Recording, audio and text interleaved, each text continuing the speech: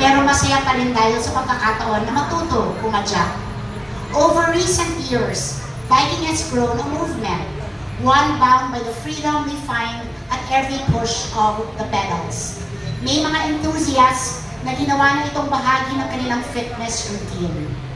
Habang may iba naman na itinuturing na itong stress reliever at recreation. Para sa iba naman, malaking bagay ang pagkakaroon ng bisikleta para makatipid sa pamasahe papunta ng trabaho o eskwela, perang nailalaan nila sa pangangailangan ng kanilang mga pamilya.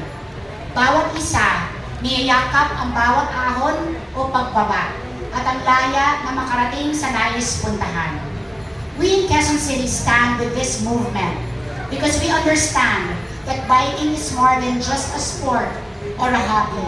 It connects communities, improves health, protects our environment, helps create a thriving environment for all, and builds a stronger, more inclusive economy. Sa nakalipas na mga taon, nakapag-develop tayo ng 201 kilometers of protected and shared bike lanes.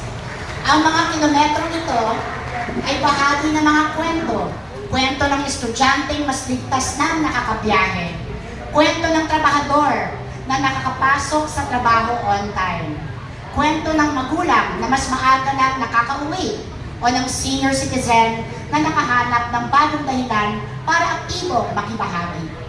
We supported this infrastructure with policy, creating the Green Transport Division under our Department of Public Order and Safety, represented here by Sir Gren, to ensure that our programs are research-based and institutionalized.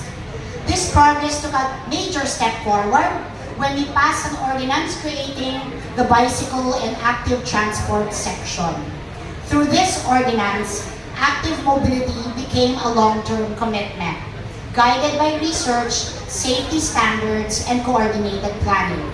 It ensures that safe walking and cycling are not just optional features, but essential components in our city.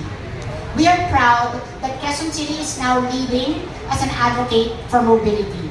Last year, we were named Most Promising Bicycle-Friendly City by the Southeast Asia Mobility Awards, a year after we became the overall gold awardee at the 2023 National Bike Day Awards.